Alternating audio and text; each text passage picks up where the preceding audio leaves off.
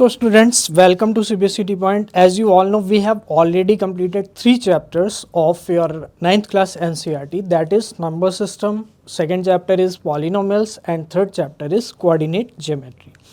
तो बच्चों उसी के सीक्वेंस में I have 4 chapter that is linear equations in 2 variables in your 9th class. So we will study the linear equations questions today because we have already discussed the theory part in the previous video, and we will start with the first question. So we will do the solution part maximum and minimum, we will do the minimum part of the theory part because we have already completed the theory. तो if you अगर आपने नहीं देखा है theory को तो then you can see the theory so that you can understand the solution well. तो आइए स्टूडेंट्स अब हम लोग देखते हैं कि हमारे पास फर्स्ट क्वेश्चन क्या है. तो बच्चों फर्स्ट क्वेश्चन हम लोग देख लेते हैं हमारे पास क्या है. प्यारे बच्चों आप देख सकते हो कि आपके पास फर्स्ट क्वेश्चन जो है वो है आपका बच्चों एक्सरसाइज 4.1 का first question. The cost of a notebook is twice the cost of a pen. तो बच्चों कॉस्ट जो है नोटबुक की वो क्या है, कॉस्ट ऑफ द पेन की ट्वाइस है. And write a linear equations in 2 variables to represent this statement. तो बच्चों आपको ये स्टेटमेंट रिप्रेजेंट करनी है और इस स्टेटमेंट को आप 2 वेरिएबल्स में रिप्रेजेंट करेंगे. तो बच्चों इक्वेशंस, वेरिएबल्स, इन सब के बारे में हम लोग थोड़ा सा डिस्कस करते हैं, फिर उसके बाद हम लोग स्टार्ट करते हैं इस क्वेश्चंस को. तो बच्चों वेरिएबल जैसे मैं आपको पॉलिनोमियल में ऑलरेडी बता चुका हूँ, व्हाट आर द वेरिएबल्स. तो what are the variables, X, Y and Z, these are known as variables. ये क्या होते हैं, वेरिएबल्स होते हैं. और बच्चों इन्हीं वेरिएबल्स का यूज़ करते हैं हम किसी भी इक्वेशंस को राइट करने के लिए. जैसे सपोज करिए अब बच्चों यहाँ पे लीनियर इक्वेशन जो होती है वो क्या होती है प्यारे बच्चों, लीनियर इक्वेशन का मतलब मतलब ये होता है कि जो डिग्री है वो क्या होगी, 1 होगी. और बच्चों लीनियर इक्वेशंस में आपके 2 फर्दर टाइप होते हैं, वैसे तो और भी होते हैं बट अभी प्राइमरली आपको ये समझना है कि एक 1 वेरिएबल में होता है और दूसरा होता है आपको सेकंड वेरिएबल में. मतलब 2 वेरिएबल में यू कैन से कि 2 वेरिएबल्स में होते हैं.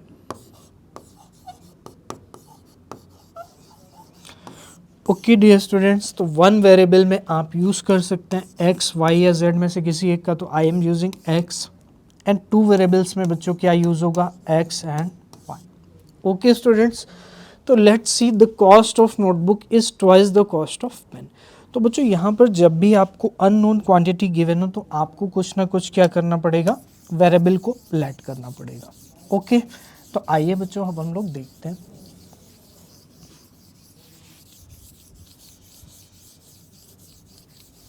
तो स्टूडेंट्स यू कैन सी कि द कॉस्ट ऑफ नोटबुक आप लेट कर लेंगे. द कॉस्ट ऑफ नोटबुक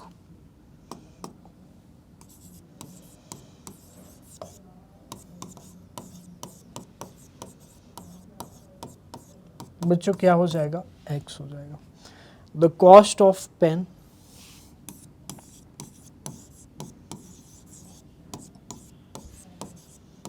क्या हो जाएगा आपका, y हो जाएगा. तो इस तरह से जब भी आपके पास अननोन क्वांटिटी होगी तो you will write in the form of variables.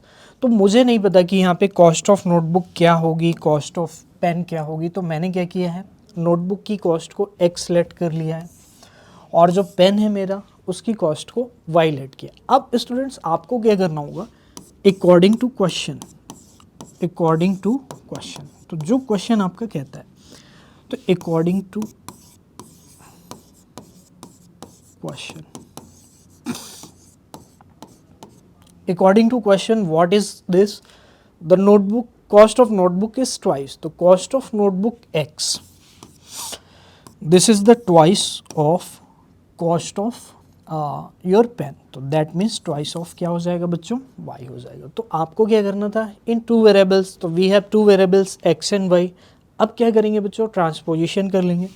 तो ट्रांसपोजिशन आपको पता है कि अगर कोई भी चीज़ आपकी प्लस साइड, प्लस में है किसी भी एक साइड में, तो जब अदर साइड में जाएगी तो वो किस में हो जाएगी, माइनस में. तो x माइनस 2y क्या हो जाएगा बच्चों, 0 हो जाएगा.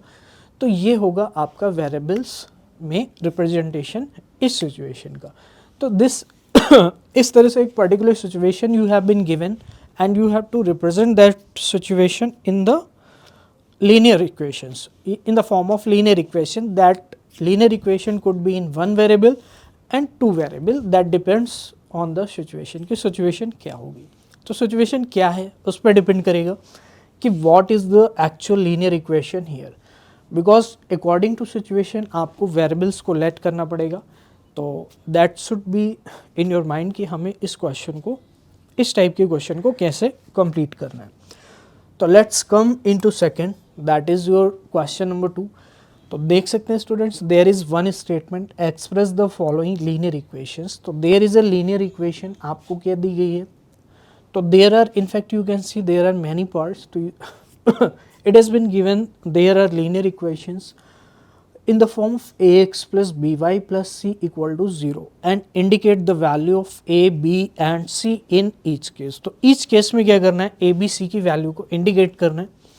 लेकिन फर्स्ट ऑफ ऑल आपका टास्क ये होगा कि ax plus by plus c की फॉर्म में आप इसको कैसे रिप्रेजेंट करेंगे. ओके स्टूडेंट्स, तो आइए अब हम लोग देखते हैं इसको कैसे करेंगे. तो बच्चों जो भी इक्वेशन है आप देख सकते हो कि जो हमें एक्सप्रेस करना है उसमें लास्ट में क्या है, ज़ीरो है. तो लास्ट में अगर ज़ीरो है तो इसका मतलब है कि जो मेरी इक्वेशन की राइट हैंड साइड है उससे आपको सारी के सारी टर्म्स को किधर लाना पड़ेगा, LHS में लाना पड़ेगा. तो LHS में अगर लाना पड़ेगा तो 2x प्लस 3y और प्यारे बच्चों क्या हो जाएगा, माइनस 9.35. क्योंकि ट्रांसपोजिशन आप ऑलरेडी 8th क्लास में कर चुके हैं कि जब भी कोई भी टर्म आपकी प्लस में होती है LHS में और वो सेकंड साइड में जाती है, अगर ये फर्स्ट साइड है और ये आपकी सेकंड है तो फर्स्ट का मीनिंग हुआ कि LHS और सेकंड का मतलब हुआ RHS. तो LHS वाली अगर RHS में जाएगी तो नेगेटिव हो जाएगी और नेगेटिव वाली जाएगी तो पॉजिटिव हो जाएगी, और अगर आप डिवाइड वाली जाएगी बच्चों तो इनटू हो जाएगी, और इनटू वाली जाएगी तो क्या हो जाएगी, डिवाइड हो जाएगी. तो इस तरह से आपको क्या करना है, इंटरचेंजेबली इसको यूज़ करना है. ठीक है स्टूडेंट्स, तो I hope it is very much clear to all of you कि इस तरह से मैंने क्या किया है, 9.35 बार को क्या किया है बच्चों, इधर लेकर आया हूँ जिससे वो मेरा क्या होने वाला है, नेगेटिव होने वाला है. तो बच्चों आप देख सकते हो 2x प्लस 3y माइनस 9.35 पे बार. तो बच्चों आपको क्या करना है, आप कंपेयर करना है. दैट मीन्स आपको ए बी सी की वैल्यू तभी मिलेगी. तो a x plus B Y plus C equal to 0 से कंपेयर कर लेंगे. तो कंपेयर करेंगे तो बच्चों ए की वैल्यू कितनी आएगी, 2 आएगी, बी की वैल्यू 3 आएगी एंड सी की वैल्यू माइनस 9.35 पे बार आएगी. अब सी की वैल्यू नेगेटिव क्यों आएगी, सी की वैल्यू नेगेटिव इसलिए आएगी क्योंकि बच्चों जब आप कंपैरिजन कर रहे हैं तो यहाँ पर आपका प्लस साइन है और यहाँ पर क्या है, नेगेटिव है. तो आप जब कंपेयर करेंगे तो प्लस को प्लस से कंपेयर करेंगे, तो इसको आपको प्लस बना करके इसको इस तरह से रखना होगा. तो बच्चों ये आपका क्या हो जाएगा, एक तरह से कंपैरिजन आराम से कर सकते हैं और इस तरह से आपको ए बी सी की वैल्यूज़ मिलने वाली हैं. ओके स्टूडेंट्स, आइए अब हम लोग देखते हैं सेकंड क्वेश्चन हमारे पास क्या है. तो बच्चों देख सकते हैं कि आपका जो सेकंड क्वेश्चन है that is x minus y by 5 minus 10 equal to 0. तो ये ऑलरेडी आपका ax plus B Y plus c की फॉर्म में, but the thing is that again कि यहाँ पर माइनस है and you are comparing with the plus sign. तो अगर आप प्लस साइन से कंपेयर कर रहे हैं तो डेफिनेटली आपको यहाँ पे केयरफुल रहना है रिगार्डिंग द साइन. तो बच्चों ए की अगर मैं बात करता हूँ तो ए तो आपका क्या होगा, हमेशा 1 ही होगा. लेकिन अगर मैं बी की बात करूँ तो बी कितना आएगा, माइनस 1/5. माइनस 1/5 क्यों आएगा, क्योंकि ये चीज़ आपको समझनी है कि माइनस 1/5 कैसे होगा. तो बच्चों जो इक्वेशन है अगर मैं उसको ऐसे लिखता हूँ, x माइनस 1/5 इंटू वाई और बच्चों माइनस 10 इक्वल टू 0. तो बच्चों ये हमारी क्या होने वाली है, इक्वेशन. तो अब आप देखिए, अब अगर आप इसको ax plus B Y plus c से कंपेयर करेंगे तो ax plus B Y plus C equal to 0. अब a की वैल्यू यहाँ पे क्या आएगी, आपको पता है x का कोफिशिएंट क्या है, 1 है. तो x का कोफिशिएंट अगर 1 है तो डेफिनेटली यहाँ पर x का कोफिशिएंट a है. तो मैं ये कह सकता हूँ कि जो a होगा मेरा वो कितना होगा, 1 होगा. और जो b होगा आप देख सकते हो b का y का कोफिशिएंट कितना है, b है. तो जब हम कंपैरिजन करेंगे तो y का कोफिशिएंट यहाँ पे कितना आएगा, माइनस 1/5 आ जाएगा. और डियर स्टूडेंट्स इसी तरह से हम सी को भी कंपेयर करेंगे, और सी हम डेफिनेटली यहाँ पे देख सकते हैं जो अब सी है आपका वो कितना होने वाला है, -10 होने वाला है। तो I hope students it is very much clear. तो these are the simple question on comparison, जिसमें आपको इंडिकेट करना है कि ए बी सी क्या होने वाले हैं, और आपको क्या करना है, लीनियर इक्वेशंस को ax plus B Y plus c से कंपेयर कर लेना है। आइए let's come to the next, that is express. तो again statement is same but you have to find what are the a b c. तो आप compare करिए इसको ax plus B Y plus c से।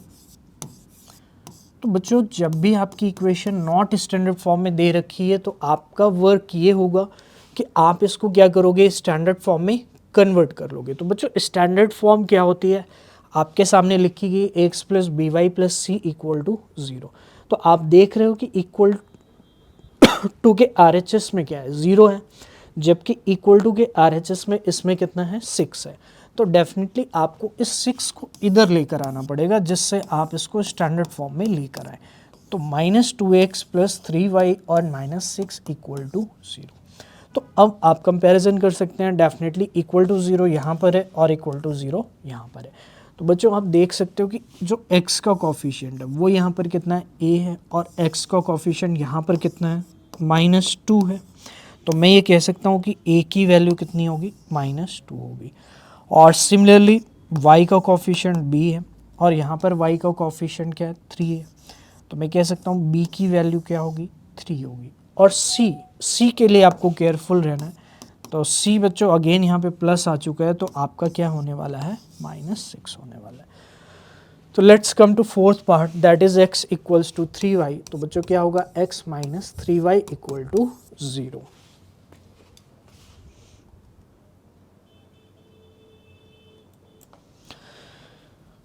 तो स्टूडेंट्स आइए हम लोग देखते हैं इस क्वेश्चन को, और इसमें आपको जो x का कोफिशिएंट है बच्चों आप देख सकते हो वो 1 है। तो आपको सिंपल कंपैरिजन करना है। तो कंपैरिजन आप कैसे करोगे, ax plus B Y plus c से, और इक्वल टू क्या है प्यारे बच्चों, 0 है। तो डियर स्टूडेंट्स आप देख सकते हो x का कोफिशिएंट a है और यहाँ पे क्या है, 1 है। तो आप डेफिनेटली कह सकते हैं a की वैल्यू 1 होने वाली है। और b स्टूडेंट्स आप अब तक आप समझ गए होगी कि b को अगर मुझे डायरेक्टली यहाँ पे लिखना है तो मैं लिख सकता हूँ -3, एंड c को डियर स्टूडेंट्स क्या लिख सकता हूँ मैं, 0 लिख सकता हूँ। तो डेफिनेटली आपको यहाँ पे कोई भी दिक्कत नहीं होगी। आइए बच्चों अब आगे चलते हैं हम लोग। तो बच्चों नेक्स्ट क्वेश्चन है आपके सामने, 2x minus 5y sorry 2x equals to -5y। तो definitely students we will make the standard form. तो 2x प्लस 5y और प्लस 0 इक्वल टू 0। तो बच्चों a की वैल्यू कितनी होगी, 2, b की कितनी होगी, 5, और c की कितनी होगी, 0। आइए देखते हैं हम लोग नेक्स्ट। तो बच्चों 3x प्लस 2 है, तो a की वैल्यू कितनी है, 3। अब बच्चों यहाँ पे y के लिए आपको कन्फ्यूज़न होगा, तो उसके लिए मैं आपको एक मेथड बताता हूँ कि 3x आप इसको लिख सकते हो 0 इंटू वाई प्लस 2, क्योंकि आप सभी को पता है कि जो 0 होता है आप उसके मल्टीप्लाई में कुछ भी लिख सकते हैं। तो डेफिनेटली यहाँ पर अगर y का कंपोनेंट आपके पास नहीं है तो आप क्या लिख सकते हैं, 0 इंटू वाई। तो बच्चों a 3 हो गया, b 0 हो गया, और प्यारे बच्चों c कितना हो गया आपका, 2 हो गया। तो बच्चों इस तरह से हमने 6 पार्ट कंप्लीट कर लिया है। अब आइए स्टूडेंट्स हम लोग देखते हैं 7 पार्ट। तो बच्चों express the following linear equations in the form of ax plus B Y plus C equal to 0 and indicate the values of a b and c in each case. तो देख सकते हैं y माइनस 2 इक्वल टू 0 है। y minus 2 equal to 0 का मतलब ये हुआ कि बच्चों यहाँ पर x नहीं है। तो x अगर नहीं है तो 0 इंटू एक्स लिख सकते हैं, 1 इंटू वाई लिख सकते हैं, और बच्चों क्या लिख सकते हैं, -2 इक्वल टू 0 लिख सकते हैं। तो a इक्वल टू 0 लिख सकते हैं, b इक्वल टू 1 लिख सकते हैं, और c इक्वल टू क्या लिख सकते हैं, -2। नेक्स्ट बच्चों मेरे पास 7th पार्ट है। 7th पार्ट में क्या करना है बच्चों, 5 इज इक्वल टू 2x है। तो प्यारे बच्चों 5 माइनस 2x आप ट्रांसपोजिशन करेंगे। तो बच्चों आप डेफिनेटली यहाँ पर इसको जब स्टैंडर्ड फॉर्म में लेकर आएंगे तो आपका स्टैंडर्ड फॉर्म में पहले क्या होता है, x होता है, फिर y होता है, y में अगेन कुछ नहीं है। तो बच्चों यहाँ पे क्या लिखना पड़ेगा, 0y, और बच्चों जो 5 है उसका जो साइन है वो क्या है, प्लस है। तो डेफिनेटली जब कंपेयर करेंगे तो a is equal to -2, b is equal to 0 and c is equal to 5। तो डेफिनेटली बच्चों आई होप ये चीज़ें आपको क्लियर हो रही होंगी कि हम इसको कैसे यहाँ पे कंपैरिजन कर रहे हैं। तो आपको एक इक्वेशन दी जाएगी, वो आपकी कैसी भी हो सकती है। तो सबसे पहले आपको अगर ax plus B Y plus C equal to 0 से कंपेयर करना है, तो यहाँ पे जो सबसे इंपॉर्टेंट चीज़ है वो है इक्वल टू 0 है। तो इक्वल टू 0 आपको अगर नहीं दिया है तो डेफिनेटली इक्वल टू 0 क्या करना पड़ेगा, बनाना पड़ेगा। और इक्वल टू 0 अगर आप वहाँ पे बना लोगे तो definitely ax plus B Y plus C equal to 0 से आप क्या कर पाएंगे, कंपेयर कर पाएंगे। क्यों इक्वल टू 0 बनाना इतना इंपॉर्टेंट है? इंपॉर्टेंट इसलिए है क्योंकि ax plus B Y plus c में इक्वल टू 0 है। तो आप कंपेयर तभी कर पाएंगे जब जो आपको equation, linear equation in two variable given है, आप उसको इक्वल टू 0 बना लेंगे। तो सबसे इंपॉर्टेंट चीज़ आपको ये ध्यान रखना है कि इक्वल टू 0 बनाकर ही कंपेयर करेंगे, अदरवाइज फिर आपका क्वेश्चन रॉन्ग हो जाएगा। ठीक है, और इस तरह से आप कंपेयर करेंगे। तो स्टूडेंट्स 4.1 एक्सरसाइज में हमने क्या देखा, हमने ये देखा कि जो आपकी इक्वेशन होती है उसको हम कैसे फॉर्म करते हैं। उसके बाद हमने ये चीज़ देखी कि लीनियर इक्वेशंस को आप कैसे रिप्रेजेंट करते हैं, और वहाँ से a, b और c जो आपके कांस्टेंट्स हैं यानी x, y के कोफिशिएंट्स हैं, और जो आपकी कांस्टेंट टर्म होती है उसको हम कैसे फाइंड करते हैं किसी भी लीनियर इक्वेशन से by comparing with the standard form. Okay students.